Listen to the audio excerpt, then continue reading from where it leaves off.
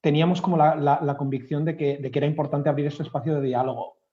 Si recordáis, justo durante Semana Santa salieron un par de artículos que hacían referencia a nuevos casos de abuso de poder en República Democrática de Congo y en Irak. Nos pilló justo en Semana Santa y por eso no abrimos en su momento ese espacio, pero nos parecía importante abrirlo incluso a toro pasado, ¿no? Darnos ese espacio para escucharnos, para poder resolver dudas, inquietudes que hubiera y rendir cuentas, ¿no? Porque yo soy muy consciente que son temas que enseguida generan, bueno, generan preocupación muy legítima, ¿no? En el equipo. Entonces, el día de hoy, la idea es como triple. De entrada, resolver cualquier duda que haya, inquietud, preguntas referentes a los casos que salieron de República Democrática de Congo o de Irak. A partir de ahí, sí, igual tomar un poquito de perspectiva y repasar aspectos clave de cómo estamos gestionando abuso de poder, integridad, salvaguarda en Oxfam Internacional y en Oxfam Intermón, y eso lo hará Rosa. Y luego sí queríamos aprovechar también que Ferran justo está de vuelta de Bangui para escuchar también la experiencia del otro lado, ¿no? De un país como República Centroafricana, cómo hacemos, ¿no? Cómo luchamos contra abusos de todo tipo y dónde están los retos también en esa lucha diaria contra abuso de poder en un país, ¿no? Y cómo se gestiona todo eso. La intención es dejar mucho espacio de escucha, con lo cual yo de entrada no me voy a enrollar mucho y Ferran y Rosa pues lanzarán mensajes, pero también con esa vocación de dejar mucho tiempo para las preguntas. Sobre Irak y sobre República Democrática de Congo. En el caso de República Democrática de Congo, sabéis, porque lo hemos ido diciendo, que se trata de una investigación abierta y que ese es el principal motivo por el cual no estamos explicando con mucho detalle la naturaleza de esa investigación y qué tipo de denuncias estamos investigando, etcétera. Es una investigación que se abrió en noviembre del 2020. Es una investigación que se contrató a gente externa para hacerla, justo con esa vocación de poderle dedicar mucha energía y de entrar en profundidad porque es una situación muy compleja. Y sí que es verdad que es una investigación que sigue abierta 6 meses después, justamente por la complejidad y también porque se tiene que adaptar a las demandas de los propios testimonios y de los propios supervivientes que necesitan tener esa tranquilidad, sentirse seguros, ¿no? Antes de poder hablar y confiar ¿no? Tener un espacio seguro desde el cual hablar. Las denuncias habréis leído que incluyen abuso de poder, incluyen bullying, incluyen también conductas sexuales inapropiadas.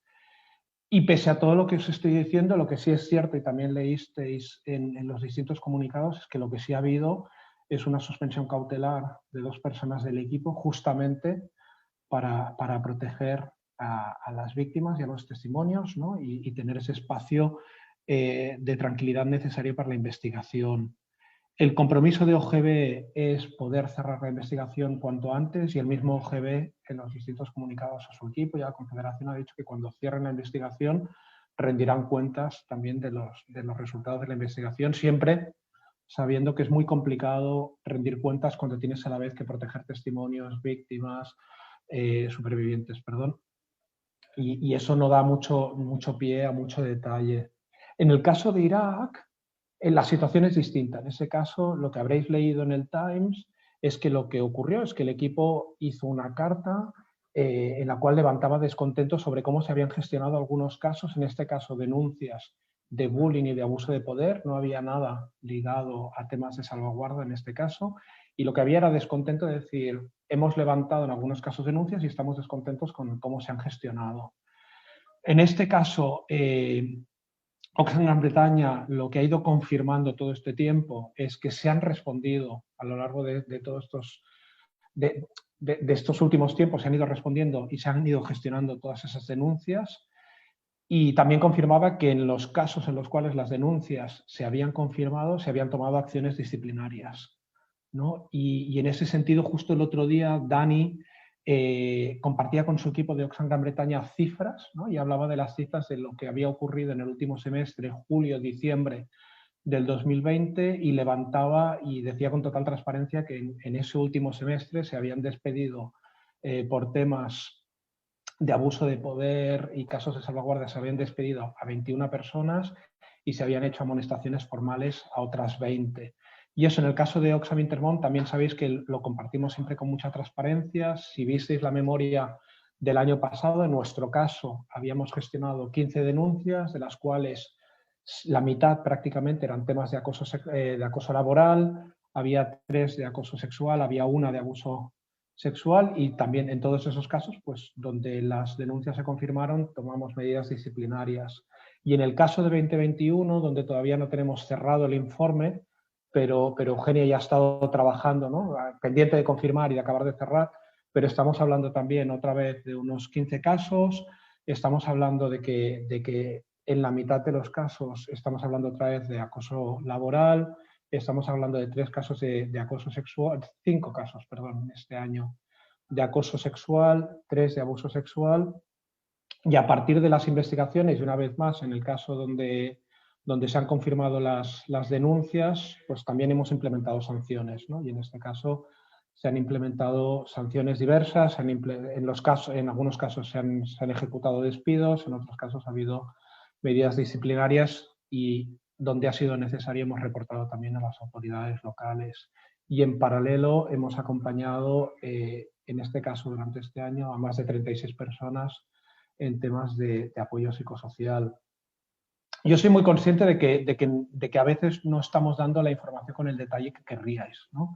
Y a mí me han llegado preguntas concretas, en el caso de Irak, por ejemplo, de DRC, decir de cuántas personas estamos hablando, cuántas investigaciones, y no siempre, y la mayoría de ocasiones, no podemos dar este detalle. Y a mí lo que sí me gustaría es decir con total honestidad que eso no es por falta de vocación de ser transparentes. Yo creo que es importante que todos entendamos que cuando hablamos de estos casos, en muchas ocasiones estamos hablando de investigaciones abiertas, y en este caso lo que tenemos es que proteger la integridad de los procesos y garantizar que las investigaciones pueden ejecutarse sin que haya ruido de por medio, sin que haya obstáculos, ¿no? Y sobre todo con esa garantía de que los testimonios y las supervivientes se sienten seguras para hablar, porque si no, si eso no ocurre, es muy difícil después poder tomar acciones. Y en cualquier caso, siempre también de esa obligación de la confidencialidad con todas las personas involucradas, y sobre todo con esa vocación de proteger la identidad de testimonios y de supervivientes. Y es por eso que en muchos casos pues, tenemos que navegar con esas cifras, que no podemos como hablar de países concretos o de situaciones concretas, ¿no?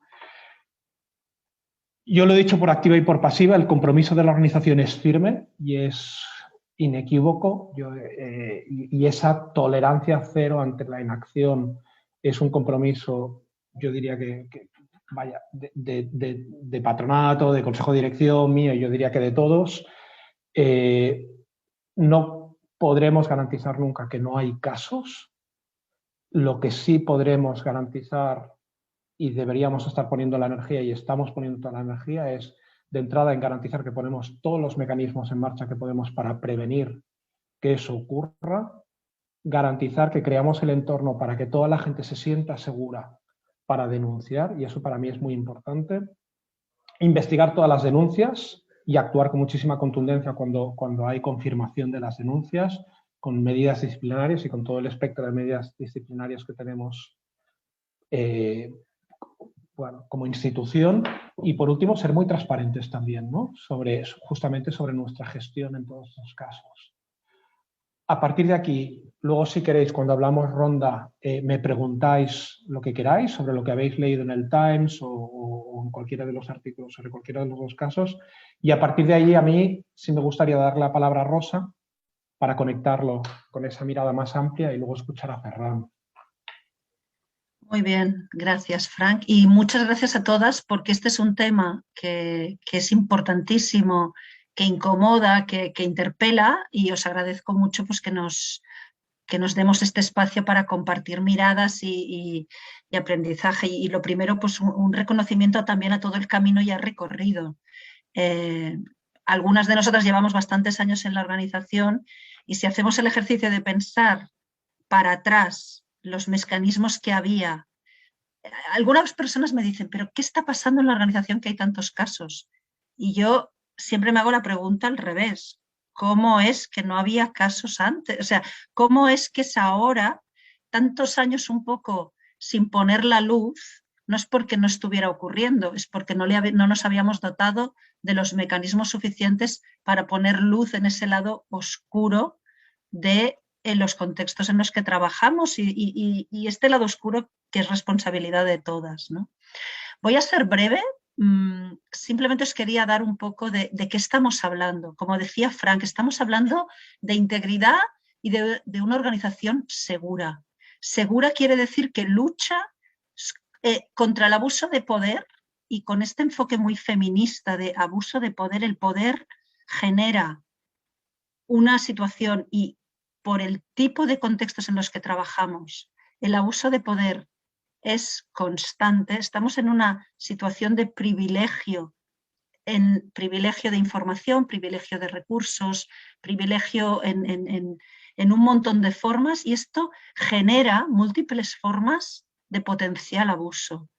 No estoy aquí intentando hacer una taxonomía, no, yo soy un poco cuadriculada y entonces me sale ponerlo así en tabla, pero es todo mucho más gris y mucho más, pero va desde no soy transparente como tomo mis decisiones, favorezco a ciertos gente próxima, a abuso sexual y violencia, o desvío fondos para enriquecerme yo, desvío fondos hacia una organización terrorista. O sea, hay todos los...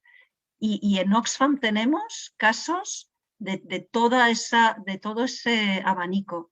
Y como decía Frank, cuando pensamos en integridad, siempre a veces nos vamos a pensar en conductas inapropiadas, acoso, explotación sexual, pero como nos podrán explicar las compañeras que están como mucho más en contacto con los casos, hay un montón de denuncias que están en el mundo del acoso laboral o de formas, conductas inapropiadas en el entorno laboral y estilos de liderazgo inapropiados en el entorno laboral. Entonces, simplemente es un abanico amplio.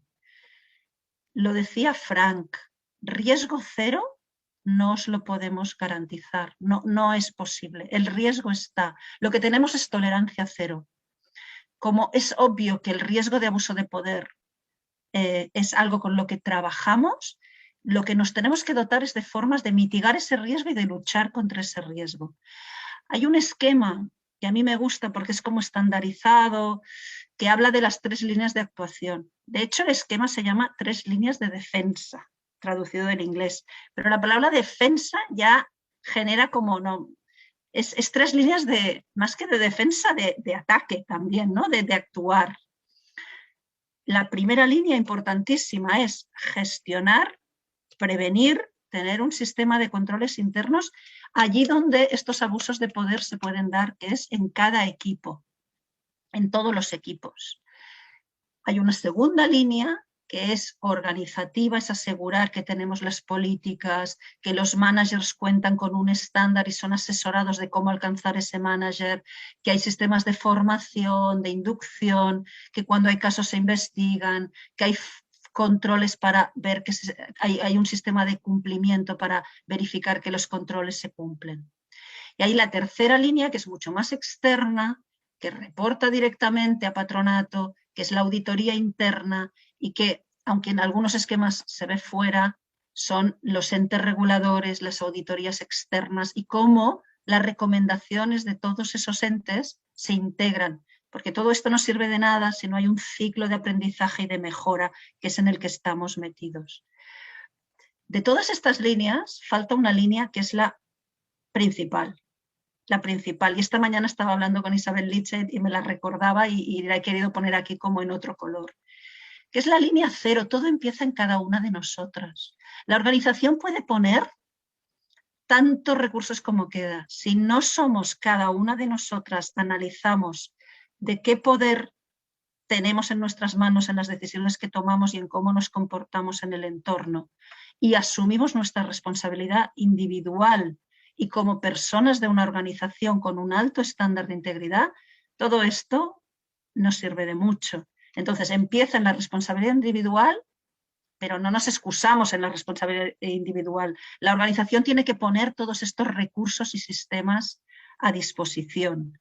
Pero cuando la organización dice, deberíamos hacer este curso, debéis renovar, volver a firmar el código de conducta, atended esta formación o esta reunión para tratar del conflicto de interés en nuestro equipo, actualizad las declaraciones de conflicto de interés. No es por hacer tic, tic, tic en papeles, sino es por reforzar esta responsabilidad individual.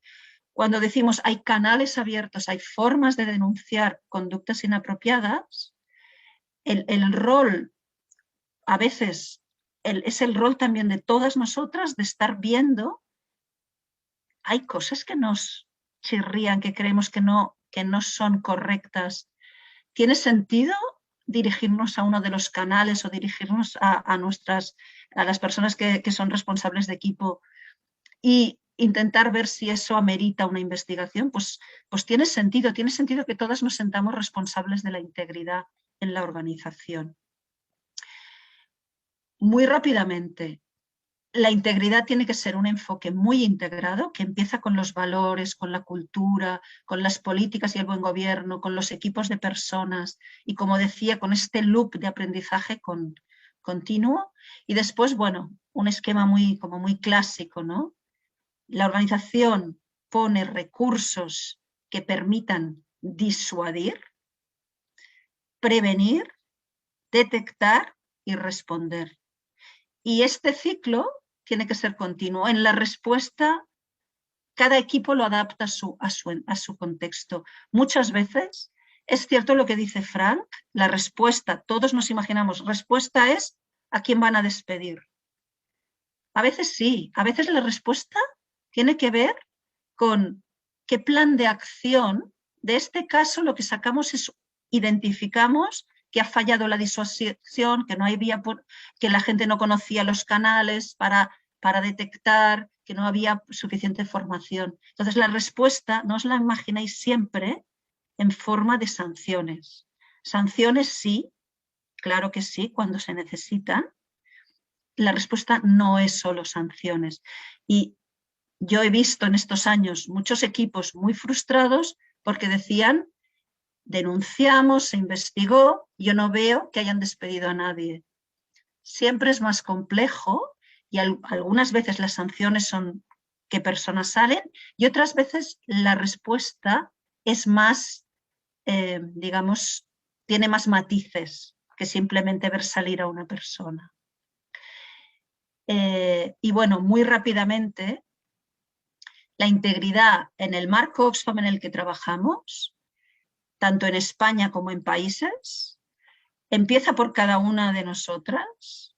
En los países, además, hay puntos focales de salvaguarda y de integridad. Los responsables de equipo y los equipos directivos, que incluyen a directores de país y directoras regionales. Y esta segunda línea en la que os decía, hay un equipo de integridad donde se ve lucha contra el fraude, contra el conflicto de intereses, contra los acosos y abusos sexuales y también contra conductas laborales inapropiadas. En caso de país, por este modelo complejo que tenemos, hay apoyo de segunda línea en las regiones, en las plataformas regionales, pero hay un rol importante como equipo Executing Affiliate en la célula. Y después están los equipos OI de segunda línea que gestionan políticas con enfoque de One Oxfam y toda la gestión de la corrupción, auditoría interna y, por supuesto, esto llega a los niveles más altos de gobierno de la organización, desde los IDs a patronato, tanto nuestro patronato de Oxfam Intermón como el patronato de Oxfam Internacional. Son todos los niveles por donde transitan y es cierto que el modelo genera una cierta complejidad en este nodo donde los países son apoyados por plataforma regional, pero son también apoyados y por sus managers, pero son apoyados también por la célula. Yo creo que lo dejo aquí porque todo esto es papel, pero poner en valor el rol de uno de estos directores de país, trabajando en un contexto muy complejo como es República Centroafricana. Ferran, te pasamos la palabra para que expliques si todo esto, cómo aplica en la práctica en tu experiencia. Hola, buenos días a todos. Bueno, nada, agradeceros esta oportunidad. Bueno, yo creo que por lo que se me ha pedido participar es, pues eso, para verlo todo la realidad de las cosas, ¿no?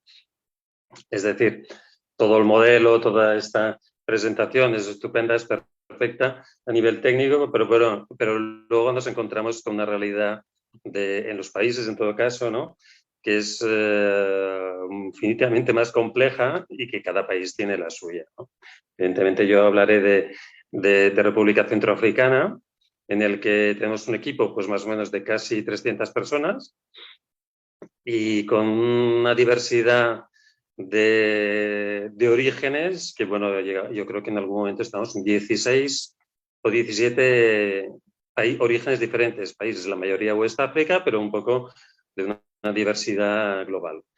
Y esto nos daba pues unos 40 expatriados y todo el resto pues 260, más o menos 250 de nacionales.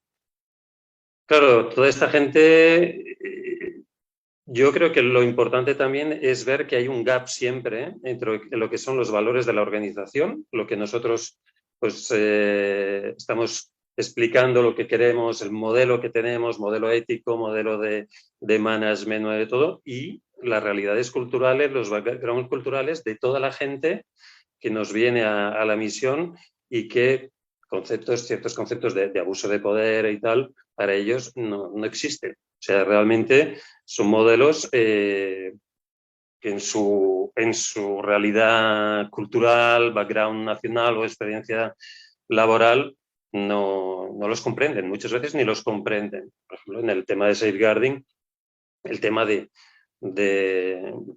buscar una compañía, bueno, la mayoría para los expatriados son contextos no acompañados, por ejemplo, en República Centroafricana. Pues buscarse una compañera, pagarle los estudios del crío, la enfermedad de la madre, todo esto a cambio de prestaciones sexuales, para ellos hay gente que lo considera normal y es bueno, le llaman la segunda oficina, ¿no? Y esto, claro, evidentemente choca con los valores de la organización. Y ahí yo creo que es uno de los elementos más difíciles de hacer comprender que, bueno, tú puedes tener tu background cultural, pero tú estás en tren de adherir a una organización que tiene sus valores y, por tanto, tienes que adherir a estos valores.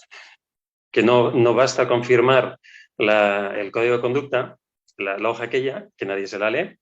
Evidentemente, les hacemos que se la lean, pero vamos, se la leen en diagonal y no queda siempre. Pero bueno, que ahí hay ya una cosa importante. A esto hay que sumar que, bueno, evidentemente, como decíamos, ¿no? La prevención pasa por la sensibilización, la formación, el conocimiento, pero bueno, nosotros tenemos un nivel de rotación extremadamente elevado, forzado también por la situación, ¿no? Por el conflicto, por el estrés. Para quien no lo sepa, hay un límite para los expatriados, por ejemplo, que están en terreno de 2 años máximo estar en contrato, porque si no luego pues hay casos de burnout y tal. En capital son 3 años. Esto ya fuerza una rotación, es decir que cuando tienes gente que ya comprenden mejor los valores de la organización y los conceptos de safeguarding o de abuso de poder y todo esto, pues igual pues ya se te van a otra organización y tienes que volver a empezar de nuevo. Los contextos también son contextos pues, en el que, por ejemplo, Centroafricana, hay zonas en las que trabajamos que están bajo el control de milicias y grupos armados. No hay una estructura de Estado, no hay tribunales de justicia, no hay instituciones que pueden asegurar ciertas cosas pues, a nivel de seguimiento de denuncias, de casos de violación, por ejemplo, pues una denuncia formal y tal, que te da también la posibilidad de tomar ciertas decisiones y tal. Pues, por ejemplo, tú te ves desprovisto de este referente legal, de este marco, que en un país, pues evidente como España, pues tienes y que puede acompañar y que te sirve para tomar medidas disciplinarias basadas sobre un cuadro legal. Pues ese cuadro legal, pues en países como Centroafricana, pues no existe, porque los tribunales en las bases, la mayoría de bases, no hay tribunales. En Batangafo, Umbría y como mucho, pues tribunales, entre comillas, populares, ¿no? La justicia popular que le llaman, ¿no? Acompañado también contexto cultural local, que también, como decíamos, pues igual en un caso de un abuso contra una menor, la familia se alegra se acuerda con el denunciante, con el denunciado y tal, llegan a un acuerdo interno y claro, ¿tú qué haces como organización? Evidentemente, como organización tú tienes que tomar medidas, pero no hay una base legal para tomar estas medidas, porque no ha habido denuncia, no hay nada. Entonces eso mete una gran complejidad en todo lo que es la gestión diaria de casos, de prevención, de todo, y que escapa a lo que es, o sea, que hay que meterse, ¿no? Hay que meterse un poco en lo que son contextos de países completamente desestructurados, ¿no? ¿Qué hacemos? Evidentemente no nos cruzamos de brazos, ¿no? En Centroafricana, pues tenemos reclutado un Integrity Specialist, que es la persona de referencia, ¿no? Para hacer todas las sensibilizaciones, para hacer, debe tener el expertise para hacer el seguimiento de casos, para toda la gestión como punto focal, todo esto, pero esto también es difícil de encontrar. El tema de safeguarding es muy nuevo. Es decir, no hay personas expertas, no hay masivamente personas expertas, con lo cual los perfiles que hemos lanzado en el proceso como 2 veces, el perfil a encontrar, no había perfiles que quieran venir a República Centroafricana, que deben haber algunos, ¿no? Pero como el tema es tan nuevo, diría yo a nivel general, pues evidentemente, pues si tú puedes escoger entre Nueva York y Bangui, pues la gente va a ir a Nueva York, ¿no? Entonces, Bangui, pues nos tenemos que conformar pues con perfiles quizá más junior, que hay que formar, que hay que acompañar, que hay que encuadrar en lo que es las políticas de la organización y los procesos de la organización, pues eso añade otra complejidad. ¿Qué hacemos? Pues también toda la parte de prevención, sensibilizaciones sobre lo que es safeguarding, sobre lo que es el código de conducta, para ir un poco más allá de lo que es la firma de una hoja, ¿no? de los valores de la organización. Pues evidentemente ahí hay todas las formaciones pues, que se han lanzado ya, ¿no? Los vídeos, las últimas formaciones que son obligatorias, pues toda esta parte pues juega, digamos, ¿no? para trabajar desde esta parte de prevención. Luego hay, evidentemente, la parte de acción, ¿no? No estamos exentos de casos, se producen casos, es una realidad, pero evidentemente como organización, pues nuestra obligación es tomar medidas. Tomar medidas que pasan por, pues, evidentemente, todo lo que es la gestión de las encuestas, todo lo que es el análisis de lo que ha sido el incidente y lo que es la denuncia y tal, que te puedes encontrar, pues, diferentes casuísticas, ¿no? De denuncias, como diría, malhonestas, ¿no? Que malonet, como dicen en castellano, ya no sé hablar castellano yo, y tal, pues pues contra un jefe, contra lo que quieras, porque hay enemistades internas, pues tienes que separar esto de las denuncias que están realmente basadas sobre circunstancias, sobre situaciones, ¿no? Complejidad, como decía, cultural. Una vez tenía una discusión con uno que era un caso de abuso de poder, pero además con niveles de violencia graves, de agresividad y tal, y yo hablaba con la persona, pues porque el caso salió por otras cosas, y le dije, ¿y por qué, sabiendo que hay puntos focales y tal, por qué nunca has denunciado? Y la respuesta fue clara, directa, dice, yo en mi cultura jamás voy a denunciar a mi jefe. Entonces, claro, tú puedes meter todos los mecanismos en marcha y tal, puntos focales, formación, sensibilización, que las había recibido todas, ¿eh? Pero dice, no, en mi cultura jamás voy a denunciar a mi jefe, pues ahí estás perdido, ¿no? Entonces, por eso también hacemos mucho énfasis, hago mucho énfasis en los briefings y tal, de denunciar los casos de los que eres testigo, aunque no sea contra ti, denunciar. ¿Por qué? Porque ellos tienen este hándicap cultural, ¿no? El Estado Nacional sobre todo, que les impide por cultura, por valores y por tradición, denunciar a su jefe. Entonces, claro, o su jefa. Entonces, claro, eso es muy importante, ¿no? Aunque no sea contra ti, denuncia para proteger a los otros. Este es el mensaje que estamos pasando, ¿no? O sea, es tu obligación proteger a los otros porque ellos tienen este, yo diría, hándicap cultural que les impide, ¿no? Que les impide denunciar.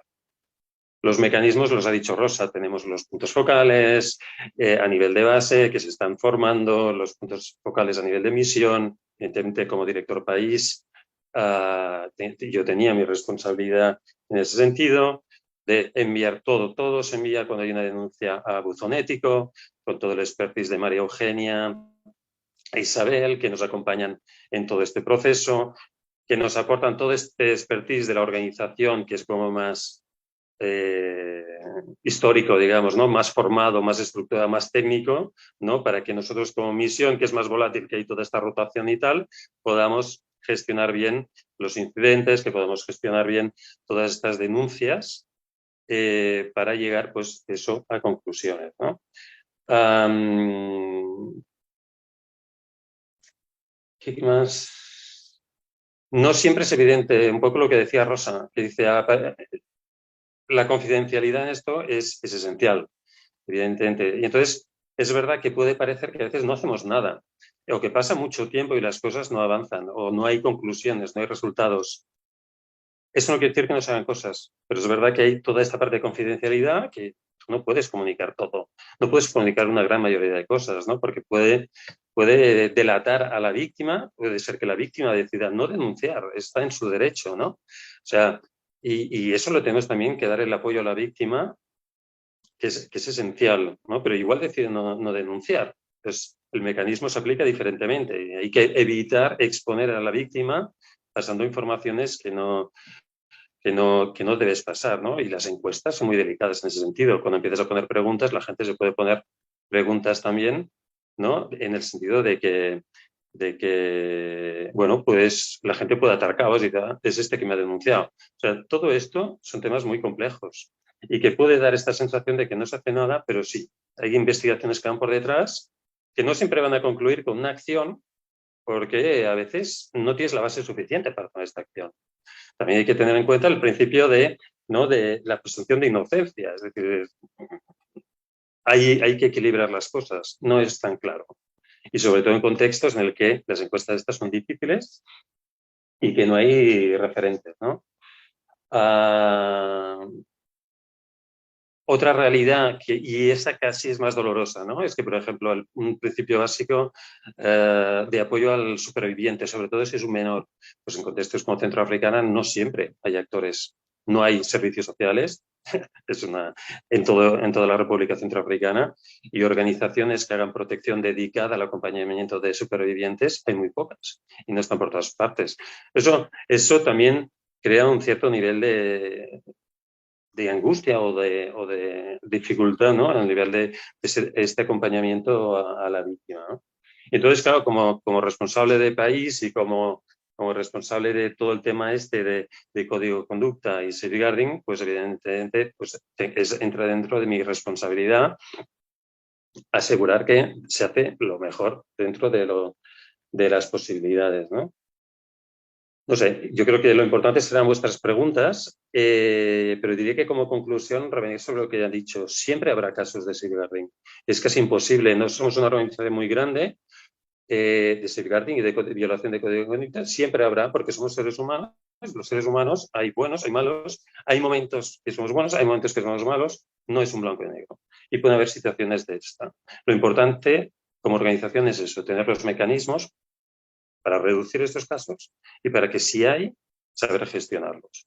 Y yo creo que ahí no nos debemos angustiar con que haya casos. Los habrá, existen, tenemos que saber gestionarlos adecuadamente y ahí es donde nos va, digamos, la responsabilidad como organización, ¿no? Y luego también pueden haber utilizaciones malintencionadas de la información y tal para, bueno, por motivos políticos, para dañar a la organización. Esto también, pues como somos una organización que hacemos plaidoyer y que molestamos, pues también estamos más expuestos. Y esto es una realidad. Con lo cual también hay que saber también meter todas las cosas en contexto y en su realidad, ¿no? Sabiendo, pues eso, que somos Oxfam y que somos courageux, ¿cómo se llama? Valientes, y denunciamos y desafiamos al poder. Con lo cual, ahí vamos a estar siempre expuestos. Pero creo que lo importante son las preguntas y yo me callo ya. Venga, gracias. Gracias, Ferran. Gracias, Rosa.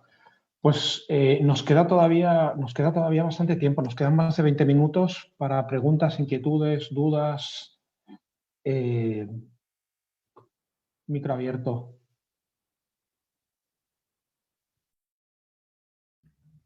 Hola, yo quería hacer dos comentarios. Uno es una pregunta y otro es un comentario. La pregunta es, ¿cuánto tiempo pasó en el caso específico que nos contabas y en general, sobre todo cuando hay denuncias de acoso o abuso sexual, entre la denuncia y medidas como la suspensión de ciertas personas? Lo digo un poco por lo que tiene que ver con convivir con tu agresor en ese tiempo. Eso por un lado. Y lo segundo es un comentario que he dudado si compartirlo o no, pero creo que me voy a quedar más tranquila si lo comparto.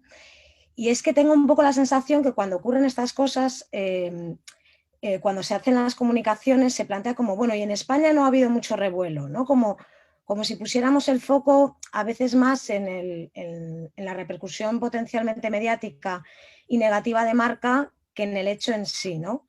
Que quizás soy yo, que puede ser, ¿no? Pero a veces me quedo con esa sensación y me preocupa un poco. Gracias.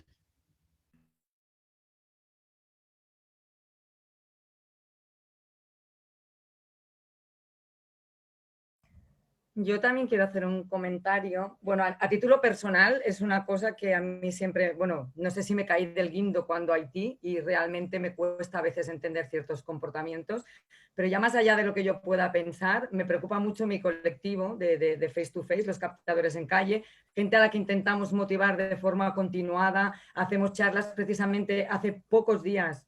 Hicimos una charla con Andrés desde Irak.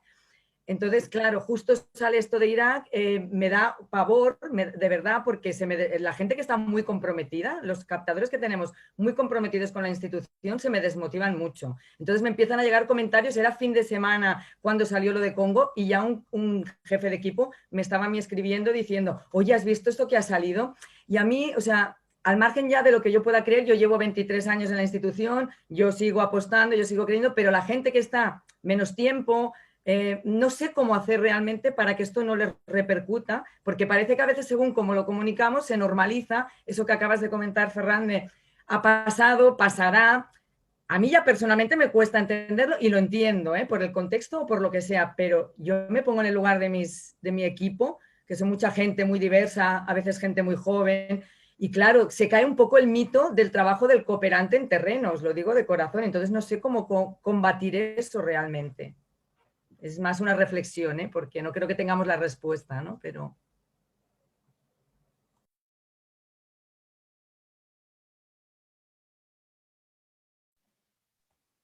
Hola, buenos días y gracias, gracias a los que habéis intervenido.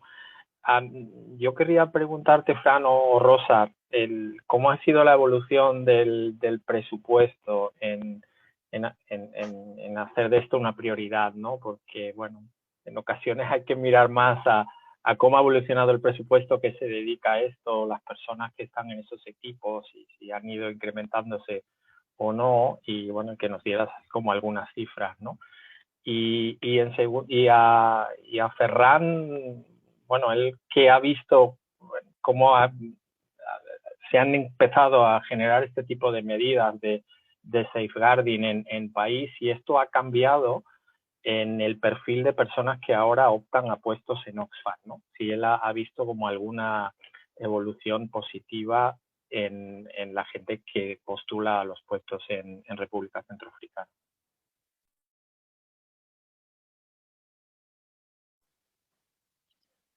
¿Quieres que conteste el tema de recursos a Valentín? Y si queréis, hacemos una primera ronda de respuestas. Sí, bueno, hay reflexiones que no son tanto para respuesta, ¿no? La reflexión de Cinia para mí es muy, muy importante. O sea, no dejamos de estar hoy todos aquí porque han salido en prensa. Tenemos que romper esa dinámica, ¿no? Este es un tema importante, salga o no salga en prensa. Y lo intentamos, ¿eh? De hecho, estaba prevista una tribuna mucho antes de que pasara todo esto, de rendición de cuentas, que creo que las tenéis como periódicas, y el equipo de integridad la estaba preparando para poner el foco, poner la atención. Pero es verdad que se nos dispara, y tienes razón, Cinia, y que a veces es como, no está teniendo repercusión. Bueno, pero no es ese lo importante, no es eso. Yo creo que esto lo tenemos todas claro, pero es verdad que hay algo ahí en las reacciones que es bien, bien curioso. Y Rosa, en el tema, para mí es muy importante. O sea, para mí este tipo de conversaciones, y creo que el testimonio de Ferran, ¿no? de explicar, alinear expectativas, entender bien qué es esperable y qué no. Y que como con muchos otros casos y sectores, que no pase nada no quiere decir, o sea, que no se sepa no quiere decir que pase, y que es precisamente cuando se dan los canales para la transparencia que emergen la posibilidad de denunciar, y que por tanto estamos teniendo casos porque porque insistimos en que las personas denuncien, ¿no? Ferran decía, yo le digo a mi equipo, denunciad, pongo formación, entonces va a haber denuncias. Eso no quiere decir que porque en un país que no se denuncie nada no esté ocurriendo nada. Entonces esto yo creo que es importante explicarlo muy bien, y ir alineando estas expectativas de qué estamos hablando, y de poner todos los mecanismos para prevenir, para disuadir, para investigar, para gestionar, pero no pretender que nunca van a haber casos, ¿no? Y en cuanto a recursos, Valentín, claro, a raíz de nuevo, a raíz de una crisis mediática de 2018 Haití, la Confederación, bueno, ha, no sé, multiplicado por 10, es que teníamos una base bastante pequeña, veníamos de un déficit estructural en mecanismos de salvaguarda. Yo creo que el afiliado que paradójicamente estaba mejor equipado era Oxfam GB, que es el afiliado. O sea, Oxfam GB, yo trabajé con Oxfam GB en el 98, donde yo creo que la palabra salvaguarda aquí ni sabíamos lo que era. Yo ya recibí entonces, 98, formación, había un canal, lo trabajaba con mi equipo en Ruanda. Entonces, nos llevaban muchos años de ventaja. Y yo creo que toda la Confederación se puso a nivel a raíz de 2018. Se dedicaron muchos recursos, se invirtió en formación, en investigación, los afiliados, al igual que aquí, ¿no? Al igual que en Oxfam Intermón, contrataron como María Eugenia personas específicas, se desarrollaron políticas, se han creado puestos regionales de salvaguarda que, como dice Ferran, no son fáciles de encontrar ni de fidelizar, porque hay poco expertise y por tanto alta rotación. Entonces, la organización se ha volcado en recursos en este tema, se ha volcado. ¿Son suficientes? Bueno, las regiones y los países siempre han argumentado que necesitan más, ¿no? Y que este es un tema que no puede despriorizarse, y que a veces la forma de organizar los recursos por afiliado no ha sido del todo óptima, y que haber construido desde el principio un servicio Oxfam Internacional pues quizá hubiera eficientado algunas cosas, pero desde luego a nivel de recursos ha sido impresionante, y sigue habiendo un nivel de recursos alto. Yo personalmente pienso que probablemente no suficiente. Sobre todo si seguimos como focalizando, y estoy viendo en la pantalla, no sé si todas las veis, pero a Eugenia e Isabel, sobre todo, si pensamos que la integridad solo les pertenece a ellas. Por eso insisto en que somos todas. Es algo que está, la gestión de la integridad no es en dos personas, es en todos los equipos, en todos los responsables y las responsables de equipo. Tiene que ser algo realmente compartido, pero es verdad que recae sobre sus hombros una parte del trabajo muy alta, y que cuando se dispara una investigación, la cantidad de diferentes niveles de actuación que eso requiere, desde la atención a la víctima, protección de los denunciantes, organizar la investigación, etcétera, es un volumen de carga muy alto que a veces necesitamos complementar con más recursos. Oye, complemento muy rápido a lo que decía Rosa con algunas preguntas y reflexiones que hacíais. Sobre la suspensión, Cinia, los parámetros que desencadenan la suspensión de personal vienen muy ligados con la integridad de proceso, ¿no? Proteger integridad de proceso, protección de víctimas y luego contextos legales locales.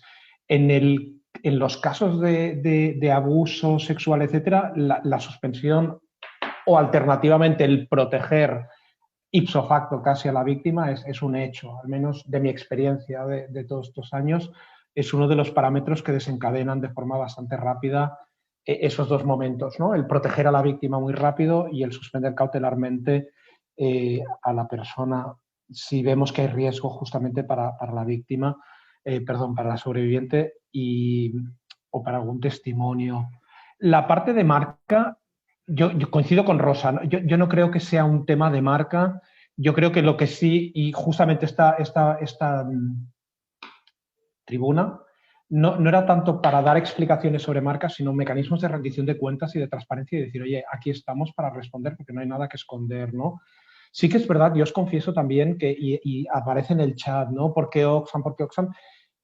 Yo creo que hay un cierto hostigamiento también, ¿no? No es una excusa, pero es una realidad también que Oxfam, sobre todo Oxfam Gran Bretaña, están en el punto de mira de los medios, no necesariamente únicamente con esa mirada de salvaguarda, sino con una mirada, bueno, de que son ciertos medios los que de forma bastante consciente, ¿no?, insisten en poner el foco en Oxfam Gran Bretaña cuando hay otras organizaciones. Bueno, el caso mismo del ébola de octubre del año pasado, ¿no?, que volvieron a insistir en Oxfam, de esas 50 mujeres que habían denunciado, el grueso eran organizaciones de Naciones Unidas, ¿no? Y aún y así el foco se puso en Oxfam. Entonces, yo creo que ahí también tenemos que entender que estamos en el foco porque somos una organización incómoda y que desde ahí tenemos que proactivamente seguir redoblando los esfuerzos de transparencia y de explicar lo que hacemos y que no tenemos nada que esconder. Y luego, Rosa lo apuntaba ya, Valentín, pero sí que es verdad que la inyección de recursos ha sido grande. Yo creo que incluso en la web aparecen, ¿no?, cifras como 33 personas específicamente dedicadas a la salvaguarda, 128 puntos focales, investigaciones, formaciones, etcétera. Es verdad que se han puesto muchos recursos detrás y habrá que poner los que haga falta. Pero hay, bueno, los recursos son una parte importante, pero yo creo que hay una parte mucho más importante que es todo ese trabajo, ¿no?, de los mecanismos necesarios para que la gente denuncie, para que la gente se sienta cómoda, ¿no? Y solo por cerrar con lo que decías tú, Rosa, es verdad que es muy difícil de explicar, yo entiendo que es muy difícil de explicar, pero sí que podemos explicar mucho de lo que hacemos preventivamente. O sea, es verdad que ahora, por ejemplo, cosas de las que hacemos es todo el tema de referencias. Es una forma distinta de reclutar al personal en el cual hacemos otro tipo de preguntas. Somos muy explícitos cuando sale gente despedida por causas de abuso de poder, de salvaguarda, etcétera. Cuando se nos pide referencias, explicamos eso. Entonces, yo creo que desde ahí hay que generar la confianza con nuestros propios facers, con nuestros colaboradores, es de explicar todo lo que hacemos cada día para mitigar en la medida de lo posible y para prevenir y para minimizar los casos. Hasta aquí. No sé si salían más preguntas. Nos queda todavía tiempo. Ferran, tú tenías también, sí. Añado alguna cosa. Yo creo que el tema del mito del cooperante en terreno, hay que acabar absolutamente con este mito. No es el concepto cooperante ya no existe, al menos en el humanitario, ¿vale? No hay buenos voluntarios que van para allá. Es un equipo de profesionales, las emergencias humanitarias van vidas humanas en juego, pues es un sector que se ha profesionalizado enormemente, con lo cual requiere profesionales calificados que sean capaces, pues, por ejemplo, de dar agua a 1 millón de personas en menos de 10 días. Esto requiere un expertise, ¿eh? Esto requiere, pues eso, profesional. No hay voluntariado, no existe. Eso, o las buenas monjitas que iban allá, esto no existe, ¿no? Es un medio súper profesionalizado, muy técnico, donde se aplican conceptos técnicos y, como decíamos, pues realmente es importante realmente pasar este concepto. Con lo cual, digamos, diría, sector súper tecnificado en contextos muy complejos, con violencia y con, pues, por ejemplo, no acompañado. O sea, con problemas también te ponen fuera de tus redes de soporte social o psicológico, ¿no? Con lo cual hay que comprender esto. Es que el problema, yo creo que lo que habría que hacer con estas personas que de repente se desmotivan es que el problema es que no conocen. Deberían ir a verlo o a trabajar un tiempo ahí, ¿no? Eso sería lo ideal. Que estas gentes que tienen una cierta responsabilidad sobre voluntarios, sobre cosas, pudieran ir un día a una república centroafricana a ver un proyecto, a ver la realidad. Entonces comprenderían muchas cosas. Porque yo creo que es ese problema, ¿no? Que no hacemos la buena pedagogía. Y hay muchas cosas que incluso en mi familia no se entienden. O sea, tú no entiendes aquí cuáles son las condiciones ya en las que estamos viviendo, ¿no? En República Centroafricana. En plena capital no hay agua siempre, electricidad cuando le viene bien y el agua sale marrón en el grifo. O sea, muy a menudo cuando sale. La ducha tú te la tienes que hacer con un cubo y tal. O sea, Internet, no veamos. Entonces, esto son contextos complejos, muy estresantes y tal. O sea, que la gente también tiene que comprender esto. Y lo ideal sería esto, realmente, que la gente pudiera venir y visitar un proyecto, ¿no? Para que comprendieran que, ya esta buena gente y tal que hace estas cosas, ¿cómo puede ser? Bueno, pues porque somos seres humanos y estamos en contextos muy, muy exigentes. Y yo creo que es importante comprenderlo, ¿no? En Yemen hay bombardeos, nosotros pues hay ataques de las milicias, arriba abajo, pues esto te crea ciertos niveles de ansiedad y la gente pues busca salidas, ¿no? Cambio en los perfiles, yo creo que sí, es decir, yo creo que se ponen mejores preguntas en todo el proceso de selección y tal, pero tampoco hay que engañarse. Es decir, República Centroafricana, yo creo que como otros contextos así de crisis severa y de condiciones muy difíciles, no hay listas de largas de candidaturas en las que tú puedes escoger. Con Karin, que está ahí, ella sabe perfectamente lo que implica un proceso de selección, que al final tienes que hacer, hay shortlist de una persona y es una shortlist de una persona que dices, bueno, igual no está súper contento con el perfil, pero la cuestión es, ¿la cojo y me arriesgo o vuelvo a abrir el proceso de cero y me paso 3 meses más? 2 meses, 3 meses son muy eficaces, hacen un súper buen trabajo, pero pueden pasar 2, 3 meses en encontrar una persona para un gap de una cosa que tú necesitas urgentemente para continuar los proyectos, porque tienen que continuar todo esto. Sí, yo creo que ponemos mejores preguntas para separar ciertas cosas, para identificar elementos que claramente van contra los valores de la organización, pero, como decía, las listas son muy cortas, de candidaturas son muy cortas, ¿eh? Y ya te digo que, por ejemplo, el puesto específico de Integrity Specialist de la República Centroafricana lo hemos abierto 2 veces y las 2 veces pues, hemos tenido perfiles que normalmente pues igual no retenías, ¿eh? Pero bueno, que al final dices vamos a invertir en crear capacidad y todo esto, ¿no? Y lo que decíamos en general es como la violencia de género en España. Dice, ¿es que no había violencia de género en España hace años? Sí, había muchísima más. Ahora sale mucho más. Y yo creo que esto es lo que nos está pasando. Y sobre todo en Oxfam, ¿no? Como hemos metido, yo creo que uno de los factores positivos de la crisis de Haití es que hemos podido invertir en esto. Y hemos puesto cosas que no existían, todos sistemas de control, de prevención que no existían. Si no, estos recursos seguramente no venían, porque en República Centroafricana tenemos una persona 100% dedicada, que un expatriado que cuesta 55 o 60.000 euros al año que está poniendo la misión, más unos 25.000 euros de sensibilizaciones, materiales, todo esto. O sea, son cantidades importantes de dinero a nivel de una misión únicamente República Centroafricana.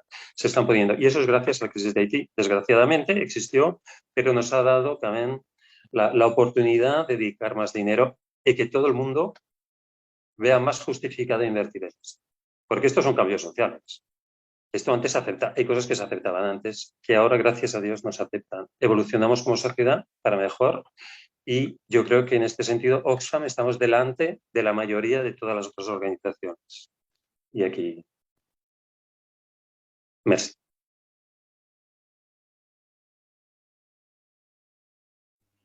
Yo tenía una duda o comentario, pero no sé si entra. Dale, Rodrigo. La lanzo. Es una preocupación sobre el tema de género, ¿no? Porque aunque el abuso de poder en un sentido amplio seguramente que puede darse por todas las personas, creo que en temas de abuso y acoso sexual, creo que no me equivoco si digo que es mayoritariamente de hombres, y sé que estamos haciendo un esfuerzo muy importante en formación y todo, pero no sé si este tipo de cosas se logran con formación, porque incluso los cursos de feminismo es que van más mujeres que hombres, ¿no? Y siento que sí que hay un déficit en cómo abordar esos temas. Lo decía Eugenia en su pregunta antes, ¿no?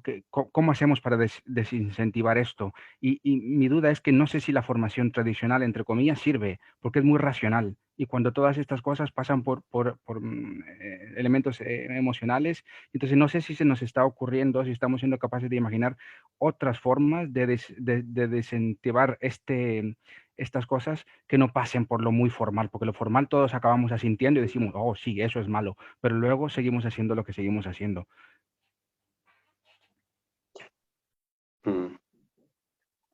Me gustaría decir algo en este sentido. Yo creo que yo creo que cuando hablamos, por ejemplo, cuando hablamos de los cursos de los talleres, en cómo explicamos el acoso, el abuso y lo transversalizamos con temas de género y con temas de machismo, ¿no? Como el androcentrismo, todo gira alrededor de la figura masculina, y como esto no nos parece extraño, ¿no? Y lo mezclamos además con fenómenos culturales para explicar que no es un tema de neocolonialismo, sino que es un tema de vivir a una vida libre de violencia. Encontramos que las violencias, cuando les quitas la etiqueta del género, del machismo, del feminismo, al final la gente acaba identificándose mucho. Es una persona, y por eso utilizamos la doble función víctima-sobreviviente, porque la víctima es la persona que está sufriendo y la sobreviviente es la persona que ha podido salir. Cuando hablas con esto en contextos cualquiera, de país, en España, y cuando hacemos ver que lo que estamos intentando es hacer que no haya más gente que sufra en contextos laborales, en contextos de ayuda humanitaria, en contextos donde vamos a trabajar conjuntamente, a ser solidarios, respetuosos, a dignificar la vida de otras personas, hay ciertas conductas que no caben. Yo creo que aquí estamos en un lenguaje que es universal. Ciertamente después siempre acabamos yendo por temas culturales, como lo ha explicado Ferran, y yo tengo una pequeña anécdota.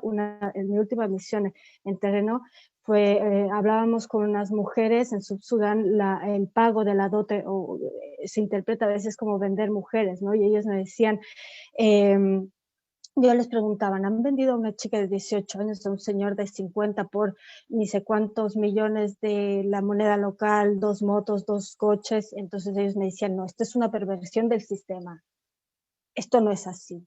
Pero es cierto que mis padres, han recibido dinero por mí. Y yo decía, ¿y esto no les parece raro? Y ellos me decían, ¿en tu país no pasa? Digo, no, en mi país nadie ha pagado nada por mí. Y ellos me decían, tus padres te dieron de gratis, ¿sabes?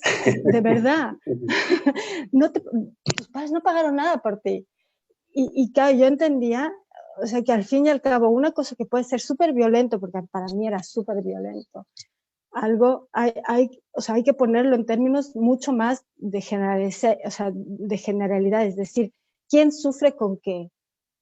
Y no victimicemos a aquellos que no necesitan ser victimizados, pero entonces también entendamos que hay ciertas conductas que nos parecen violentas e intentemos acordar los límites de lo no aceptable. Y estos límites de lo no aceptable los ponemos aquí. Y entonces acordemos que estas conductas no pueden pasar en esta organización. Claro, se dice rápido, pero al fin y al cabo es un momento en el que intentamos que hayan acuerdos sociales mínimos en dónde están los límites para lo no aceptable. Creo que esto sí que es posible trabajar.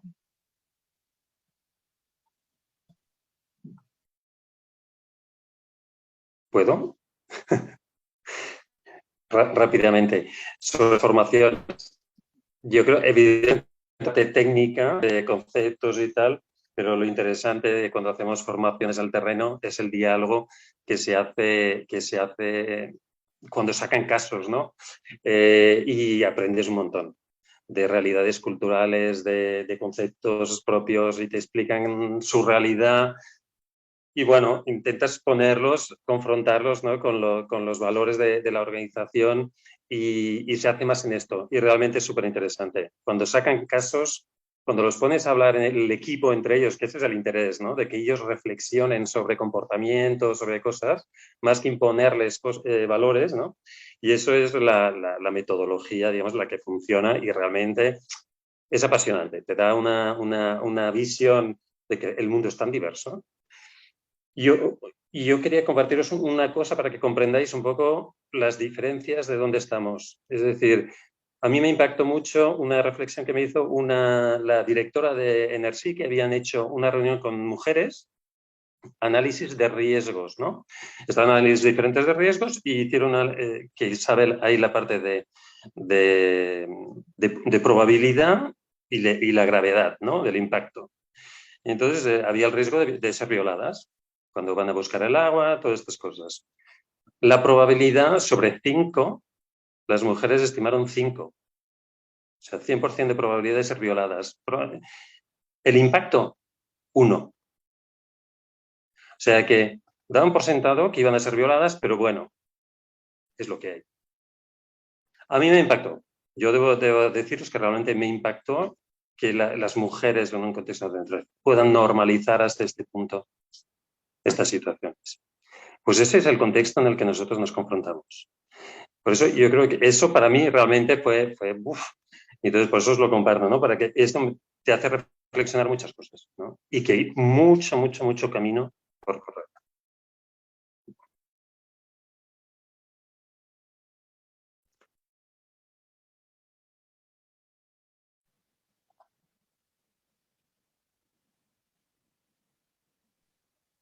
Estamos fuera de tiempo, pero si todavía hay alguna reflexión o alguna aportación más. Para mí estamos fuera de tiempo y esto indica que realmente lo necesario y que estamos empezando a llegar a algo, creo. Yo al menos, no sé, igual soy una sentimental, pero estoy apreciando que es en estos diálogos donde construimos realmente un imaginario común, mucho más que solo en compartir teoría o cifras. Entonces, solo decir que nos emplazamos, quizá en grupos más pequeños, vemos cómo lo hacemos, para que esto sea una primera, bueno, que sé que no es la primera, porque habéis hablado de esto mucho antes, pero que sea una serie de momentos en los que contrastamos con realidad y recogemos perspectivas.